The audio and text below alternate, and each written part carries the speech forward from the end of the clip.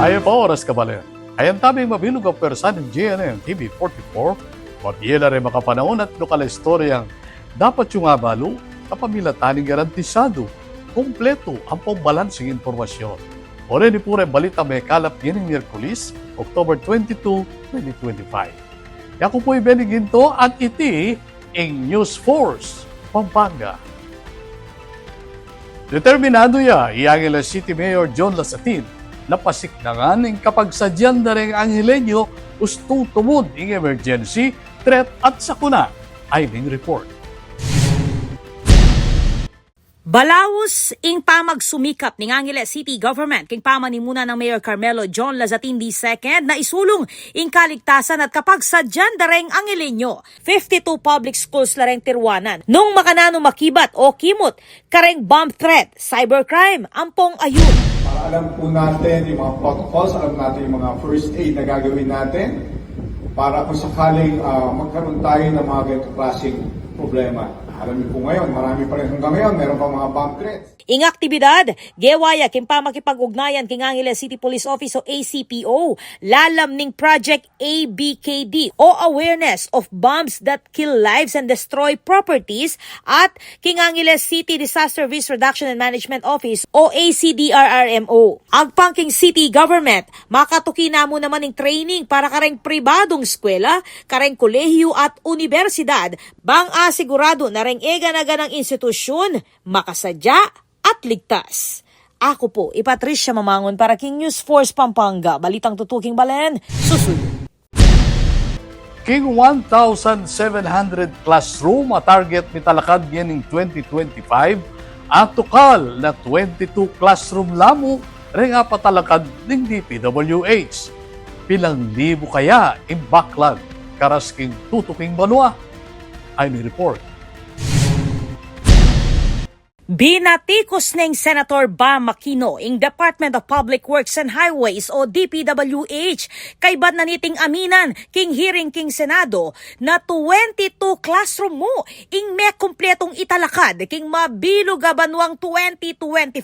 Marayo king target na 1,700 classrooms. Agpang kang Aquino, chairman ng Senate Committee on Basic Education, nung magbalabalaw sing makaninig kabagal apa magpatalakad classroom, posibleng mabot king 200,000 na classroom backlog king bansa karas ning 2025.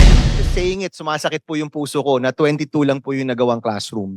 Ang current classroom backlog ho natin ay 146,000. By 2028, if we continue at this rate, aabot ho tayo ng 200,000, no?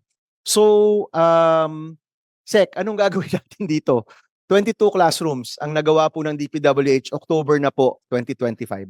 King pisasabyan king proposed 2026 budget ning DPWH, dinikdik ning senador ing issue ning sobrang mata sa construction cost dareng classroom. Base king datos, 3.5 million pesos kanu agpang king DPWH ing alaga ning balang classroom. Samantalang agpang kareng independent engineers malyaring makapagpatalakad hanggang 2 million pesos o mas mababa. Disaster resilient at disenyo pa. Pahuli na niti, magdudaya Aquino posibleng ating overpricing o overdesign kareng proyekto ning ahensya. Bilang pakibat, inamin ng DPWH Secretary Vince Dizon na makaalarma ing bilang dareng mayaring classroom at may ngakong imbestiga ning sangkan ning delay kabilang ing pondo ating proseso. Suportado na mo namang Dizon ning panukalang Classroom Building Acceleration Program o CAPAC kapag nasang i-decentralize ing pamagpatalakad kareng classroom kapamilatan dareng local government units o LGUs at reng accredited NGOs. Kaya klarong-klaro po sa akin na kailangan tanggalin na sa DPWH yung paggawa ng mga classrooms natin. Minumungkahi po natin na bigyan natin ng tulong yung mga local government unit na sila mismo yung gumawa ng mga classroom sa kanilang mga lugar. Ito po yung laman ng Classroom Acceleration Program. pondohan po natin to, gawa ng makukuha nating pondo mula sa flood control na tatanggalin po natin. Manyaw siya yakino king Kongreso, Senado, DepEd at king publiko na misan metong king tambing apangapasan ning CAP Act bang aywasan ing lalalang krisis king edukasyon at apakibatan ing matinding kakulangan kareng classroom king bansa. Ako po, Patricia Mawangon para king News Force Pampanga. Balitang tutuking balen, susuyo.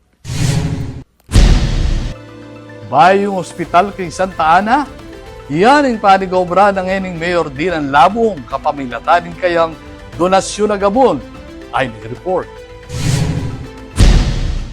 Pegmaragol ng Santa Ana Mayor Dinan Labong ang proyektong Bayong Ospital ay talakad king kayang donasyon na 1.2 hektaryang gabon na ibuklat ang timong extension ning Jose B. Lingad Memorial General Hospital o JBLMGH. Agpang kang Labong, ing gabon opisyal yang i-donate o ibye king Department of Health bang mitalakad yung pasilidad ating 35 million pesos sa pondo.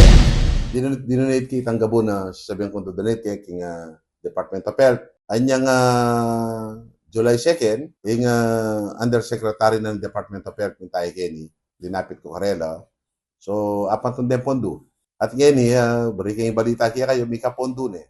Baya pa sinayan ng groundbreaking ceremony, kailangan niya pa mo kanong mitambakan ng gabon bang makasadya na iti king construction. So, may kalapit ko kang Vice Governor, ang pagkikatamong Governor, mabilis din ako tamang tingwanan, yan pepadalan din keng in emergency session, may 1 to 3, at may approve, at ngayon, ipabid niya pa ng probinsya, at yung balita ko, tauli, ngayon yung bulan na ini, mag-start sin tambakan. Dagdag na pang Mayor Labong, iya mismo ing magdisenyo king maging building ning ospital. Target siya iting mayari at maging operational katuklo ning 2026 o 2027.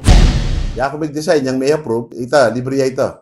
Ang pong at the same time, dyan contractor ko, ako yung itong kareng contractor in Department of Health. Uli ako Mayor Kenny, dyan ako mag-donate kayong gabon. Kaya po pag-interesan na magkabi ko kayong bidding. Aliwa po ako yung gawa. Ngunit sumambot yung gawa. Ako po, Patricia Mamangon para king News Force Pampanga. Balitang tuto, king Balen, susuyo.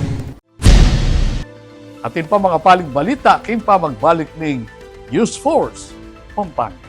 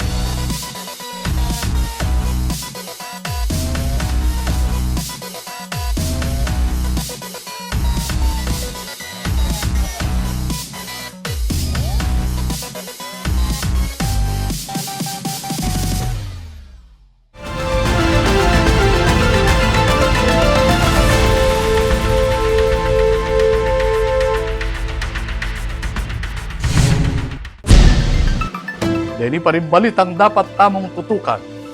Good news po, kareng katamong motorista, lakwas na kareng daralan, kareng expressway, uling metong namong RFID sticker, ing kailangan kareng hanggang toll expressways, king Luzon. Ay ding balita. Simula ngayon, isang RFID sticker na lang ang kailangan para sa mga toll expressways sa buong Luzon. Ito ang masayang inanunsyo ni Pangulong Ferdinand Marcos Jr. sa paglulunsad ng programang One RFID All Tollways sa South Luzon Expressway o SLEX Toll Operation Building sa Barangay Mapagong, Calamba, Laguna. Mula ngayon, iisang RFID sticker na lang ang kailangan para sa mga toll expressway natin sa buong Luzon. Iisang account na lang, iisang sticker na lang, iisang sistema, one RFID for all tollways. Ilulunsad din natin mga group fleet account sa susunod na taon. Layunin ng Toll Collection System Interoperability Project na mapagaan ang biyahe ng mga motorista sa pamamagitan ng paggamit ng iisang RFID sticker at account number sa lahat ng pangunahing expressway sa Luzon. Ayon sa Pangulo, mawawala na ang abala ng pagkakaroon ng dalawang RFID system, ang AutoSweep para sa SLEX at Skyway at EasyTrip para sa NLEX at SCTEX. Kapag dumaan ka ng Skyway o T-Plex, AutoSweep ang gagamitin mo. Kapag naman NLEX o SCTEX, EasyTrip naman. Ibig sabihin, dalawang card, dalawang account, dalawang load pa sa bawat biyahe. Minsan pa, nalagyan mo ng load yung NLEX, kaso nalimutan mo yung T-Plex. Resulta, pipila ka sa bayaran. Sayang sa oras, bawas sa oras na para sana sa pasyal, sa bonding sa pamilya at sa trabaho.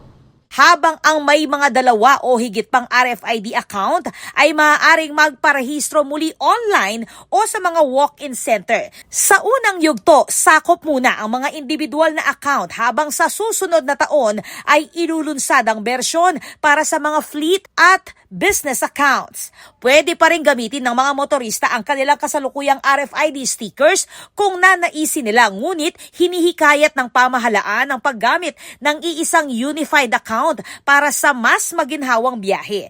Pinuri ni Marcos ang Department of Transportation, Toll Regulatory Board at mga pribadong partner gaya ng San Miguel Corporation at Metro Pacific Investments Corporation sa kanilang pagtutulungan. Ako po, Patricia Mamangon para King News Force Pampanga. Balitang tutuking balen, susunod.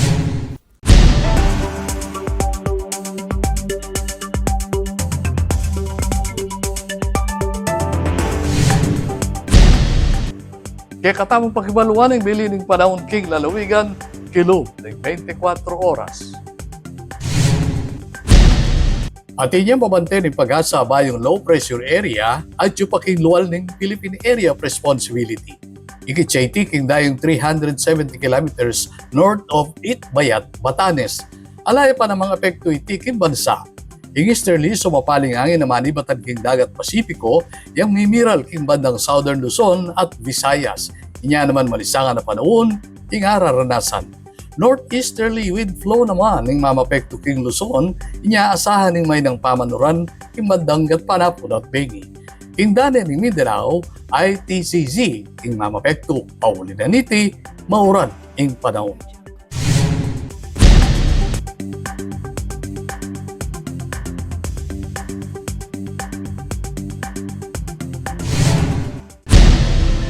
Kabalen, maging parti ka kay pamagbalita kay King News Force Pampanga.